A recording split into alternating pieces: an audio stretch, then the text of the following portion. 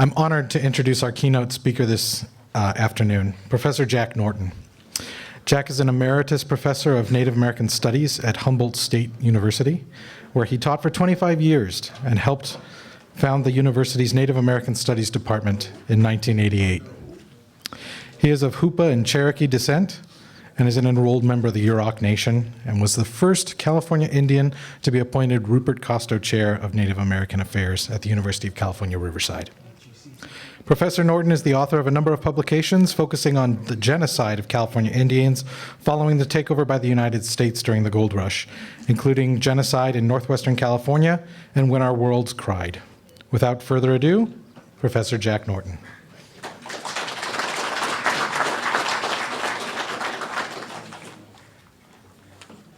Everybody's been telling me I should just get up here and say ditto. But there's a few little things maybe in my elder years I can share with you. I'm now 82 years old, and I've seen a few things, and hopefully there will be other things that I can say that may help others. Robert Heiser, we've mentioned him several times today, said in the history of California Indians, no other single event had a more devastating effect on the population and culture than the about-face that the Senate made in authorizing, then failing to ratify, the 18 treaties made in California between 1850 and 1852. I thought about that for quite a while, and I thought, well, what about all that other things? What about the genocide? What about the rapes? What about the murders? What about the burning the children at one of the bonfires in Nantucket, Northern California? They impaled the babies on sticks and threw them into the bonfire. What about all of those horrors and the stories that we've been hearing? But then I thought about it, and maybe this is one of the things that we've shared today. I see that the unratified treaties, and we've heard it from many different angles, was actually the final permission by the United States government to go ahead and do those things to the California Indians. They are not worthy of any kind of treaty process. They do not own the land. They are not the true descendants of the land itself. I was 17 years old when I first got a $150 payment. I was a junior in high school. And with a typical teenage bravado, I didn't know what it was for. I spent it quickly. But then I began to learn about some of the things that have happened. Today we have more and more outstanding scholars that are helping us understand what has happened. In 1950, there weren't really that too many. But today we have Indian scholars like Ed Castillo. Ed Castillo says the greatest orgy of land fraud, dispossession, slavery, and mass murder ever witnessed in North American Indian history happened in California. Don't forget that. And then we have Cliff Trafser writing with Joel Heyer saying in his book, Exterminate Them, these authors wrote that there is proof that the California Indians suffered a California Indian Holocaust. And for many people, that is unthinkable. How dare you make any kind of even oblique reference to the Nazi tyranny of the Holocaust of Europe? But yet, we've heard some things today about that, if you think about it. What were the Nuremberg laws? The Nuremberg laws were those that took away the citizenship of the Jewish people, and what happened to the Jews after that. We've heard of the Indian killers that were funded by the states and also by the communities. They are equal to the Einsatzgruppen. These were the killers in Germany that went about into Latvia, Lithuania, the Ukraine. These were citizens, and they took out the Jews and they killed them directly. They put them, you've all seen pictures of the pits, and them shooting them and falling into the pits. And then what did these good citizens of the Einsatzgruppen do? They went into the homes, they went into the cities where the Jews lived before and stole their property, took their property, stole their pictures, stole anything of value. This happened, of course, in California. I was able to document, I think on page 75 here very quickly, that the newspaper says, we've heard that the latest move against the Indians has been conducted by this group, and they have the first choice of the Indian lands. And we hope that they certainly do it, because they had killed all the Indians of that territory. And now it was open for settlement. No different than the same ideals of the German Nazis. We've heard of the Lebensraum, the living room of the German people, where under Hitler's Germany, they said, we need more land for the superior people, for the superior race. And certainly let's go into Russia, because the Russians are inferior people. In America, we call that, and we hear quite a bit of it today, we call it manifest destiny. We have the right to take anyone's land. So the American Holocaust can be drawn, and we need to do that. I don't think most people will deny the Nazi tyranny, but we need to do it for California. We need to tell the stories that we heard today. We need to tell the stories of the people who were 15 young Indian children were in a wagon going through Ukiah from the ages of 15 years old to 3 on their way to be sold as slaves into Yuba City. Picture in your mind those faces on those children. Picture in your mind what went through. My wife and I were just talking about, maybe we need to put out a book just of pictures of showing the horror of the faces, because that's what has happened with the Holocaust in Germany. We can identify and see the horror of the human suffering. We need to do that for our people, because they suffered the same. We have a scholar today, Brandon Lindsay. Too bad we missed him today, because I was looking forward to seeing him. He said, the most murderous forces on earth during the 19th century had come to California. The most murderous forces on earth in the 19th century had come to California. And who were they? These were the citizen settlers of the United States. He goes on to say that California, perhaps, should not be called the Golden State, but the Murder State.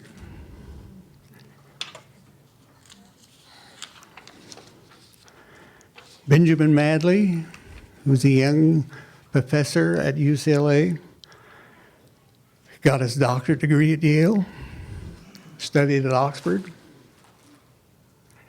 and his PhD dissertation is entitled American Genocide, the California Indian Catastrophe. Yet we have professors teaching at Sacramento State, as you all heard last year, who said genocide did not occur in America. You cannot make the comparison. He was challenged by a young Indian woman, by a young Indian girl. He basically told her to leave the class. I think she was able to stay, but there was quite an uproar. Perhaps some of you know much more about it than I. And as it should be, because we cannot continue to allow this to occur.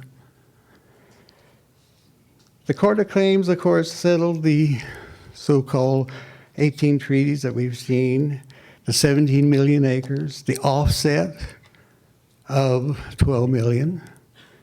The offset came from all those things that we talked about. I was a young man, a young child at Hoopaw in 1944, 45. I was about 10, 12. We used to go into an old commissary building that was there on campus because the military had grown up around the parade ground. We used to go in and put on old World War I uniforms. As we walked into this commissary, we walked on about 2 feet high of old uniforms. Because as kids, we went in there and rummaged all through the uniforms, the fire in our sizes. We put them on and then would run down through the mud, just spraying mud everywhere, and then throwing them away. Little did we realize that we'd be charged for those uniforms later on. $12 million of that kind of thing that was given to the Indians. Needles, shovels, as we heard earlier. Anyone here over 60 or as 60 may recall that in 1972 we received a check for $668.51. And as many California Indians did, I kept mine. I haven't cashed it. Every once in a while, I look at it and I say, that looks pretty good. $668.51. Fortunately, I was in a position at that time to not have to cash it. There were many of our Indian people who had to, just to survive. And do you know that the check arrived, and I don't know if this was a specific thing to do, but anybody remember when that check was? 5 days before Christmas. Yes. 5 days before Christmas. 5 days before Christmas. And so our people were rushed into town, into Eureka, and they cashed their checks in order for their children or their loved ones to have some kind of gift. And what was that money based upon? 47 cents an acre. Nobody mentioned it today, but the cheapest land in the United States that you could buy at that time, going all the way back to 1824, 25, was $1.25. And that was the basis for the first payment. That was the basis for the first $150. But for the second payment to the California Indians for the loss of their land, the last land being stolen, the 66 million acres, was 47 cents. When Arcata Redwood and Pacific Redwood lost their land in order for the Redwood Parks to expand, does anybody know how much they received? William, do you remember? No, that was 80 million, wasn't it? They, per acre, not the 40, would you guess 47 cents an acre to Redwood Pacific? They got $7,000 an acre. 7,000. Yet we were forced to accept the 47. Why? Well, we had, somebody mentioned earlier, we had 72 lawyers that were arguing the case before the courts. We had 3 different groups of Indians, which finally were all consolidated, as we learned. And so there were many Indian people, and I remember some of the meetings saying, we can't fight the government. We better go ahead and accept the 47 cents. We better get whatever we can. And there were those and many said that the lawyers kind of forced the sale because they wanted to be paid. The lawyers kept saying, you'll never be able to overcome. Yet at that time, and I didn't hear too much, and I was hoping Bob maybe would bring it up earlier, that there were many Indian men, many Indian people, many Indian who stood up and said, what about the trauma? What about the murder, the slavery, all of these things that cause mental anguish. I've watched a few TV shows, and I think they're oftentimes consider that as part of an adjudicated law. What about that? Our Indian people brought that up. And when I read this part, what about the 5th and 14th Amendment? What does the 5th and 14th Amendment say of the United States Constitution? It says that no person cannot be denied any person that life, liberty, or property without due process and just compensation. Could we bring this up again to say we were not justly compensated? No? Why not? They broke their own law. They broke the 5th and the 14th Amendment, did they not?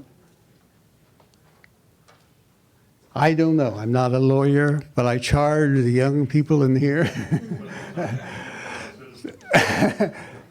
ahead. At the time, the Indians were not citizens, Yeah. therefore were not covered under the Constitution. At that time. But isn't there something in the law that says if there has been fraud and if there's deceit and if there is those things, if I sign a contract, if I sign a treaty, if I sign something and I believe that it's binding, doesn't the law say it's binding on both? And there's no law of limitations upon that? Young lawyers, look that up. Maybe I'm too old in my in my processes, but I think there's much more to be looked at, much more to be done in those sense. And not allow them to say, oh no, you've been compensated. But how? Justly? Fairly? Where are the moral obligations to us? I don't know. When I look at these particular things, there are a few other little things that I just mentioned. I marvel at where Sean Milanovich, who's speaking out the strength of sovereignty and the strength of culture and the strength of natural law and spiritual law. I am pleased with that because Cliff, I think, said it years ago, nobody grants you sovereignty. And this is what Sean was getting at. Sovereignty is held by you, by your very existence. Just by the right of being in place and in that land, you are sovereign. Nobody grants you that. You hold it. And that's what I heard the young man speaking about. And I also mentioned that we can no longer be called Indians of California. Why? We're not Indians of California. We are Indian nations. You make treaties with nations. You don't make treaties with tribelets. And you don't make treaties with tribes. You make treaties with nations. And we're beginning to hear that more and more today, aren't we? With Korean Nation, Navajo Nation, the Hupa Nation, the Pima Nation. We need to say that over and over again. We are nations. Because the Indians of California is just as silly as white men of Europe. If we were making treaties with France, England, Germany, why not call them the white men of Europe? We are nations, and treaties are the supreme law of the land. I don't know what happened to all of the process that went on.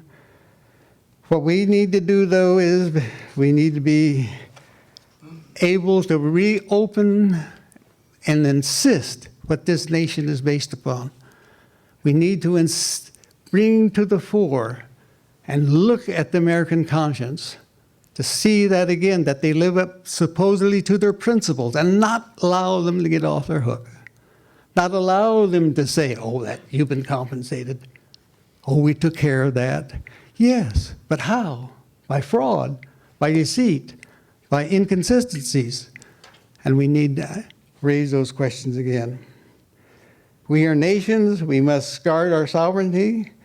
We must improve our youth by both academically and culturally, and we heard that today. We must not allow ignorant people, like professors at Sacramento State, as we mentioned.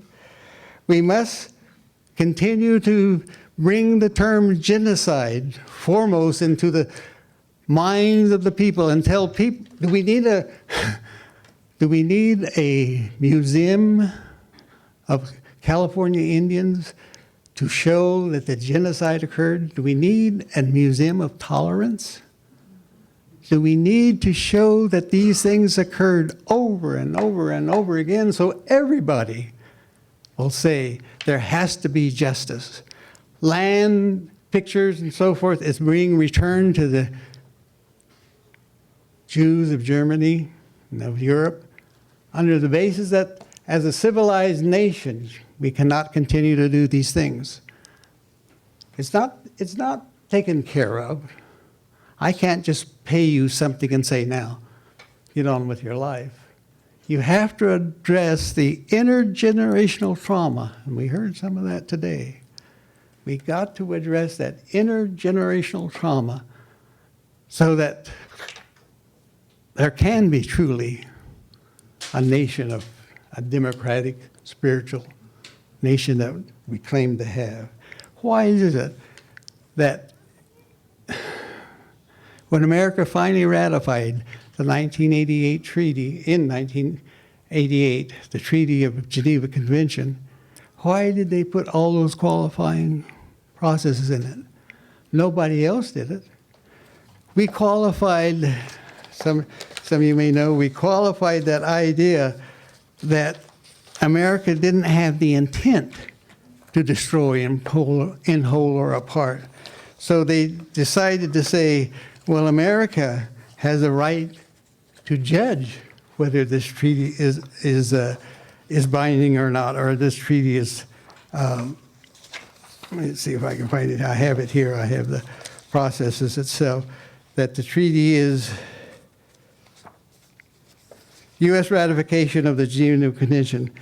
Resolved 2/3 of the Senate's present concerning therein, that the Senate advises consent to the ratification of the International Convention on the Punishment and Prevention of the Crime of Genocide, adopted by the United Nations. The Senate advises and consents, and subject to the following reservations, that with reference to Article 10 of the Convention below, any dispute in which the United States is party must be submitted to the jurisdiction of the court.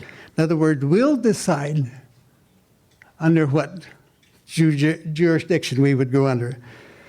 And it goes on to say that we also have that Article 2 means the specific intent, because you know Article 2 of the Geneva Convention says that it is defined as the intent to destroy in whole or in part a national, ethnical, racial, or religious group by 5 different measures. And they go ahead and make genocide, the intent to commit the process of developing measures to prevent births, to conditions of life, and also, let's see, there's 5 of them, I can't recall directly all of them. Stealing children. Stealing children. Then Article 3 says who shall go on and be, and the Article 2 will mention that the genocide will be punishable. Let's see here, let me get it here. The following acts shall be punishable. The following acts shall be punishable. Genocide in those 5 definitions. Conspiracy to commit genocide, direct and public incitement to commit genocide. I think we got a little measure of that today where the papers were saying, go out and do this and that and so on. attempt to commit genocide. You don't have to be successful, you just have to be attempted. And the last one that I think is so important, complicity in genocide. What is complicity? Complicity is partnership. Partnership. How many supervisors, how many BIA agents, how many newspapers, how many congressmen, how many on and on, how many common citizens were complicit in genocide? And they shall be what? Punished. They shall be punishable. So we have much to do, young people. I wish you well. Our hopes, our future, our dignity, my children, my memories, all of that rests upon you. I'm now 82. I pass that on to you. Thank you.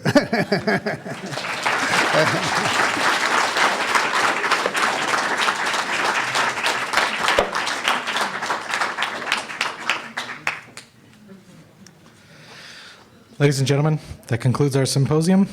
Thank you for attending.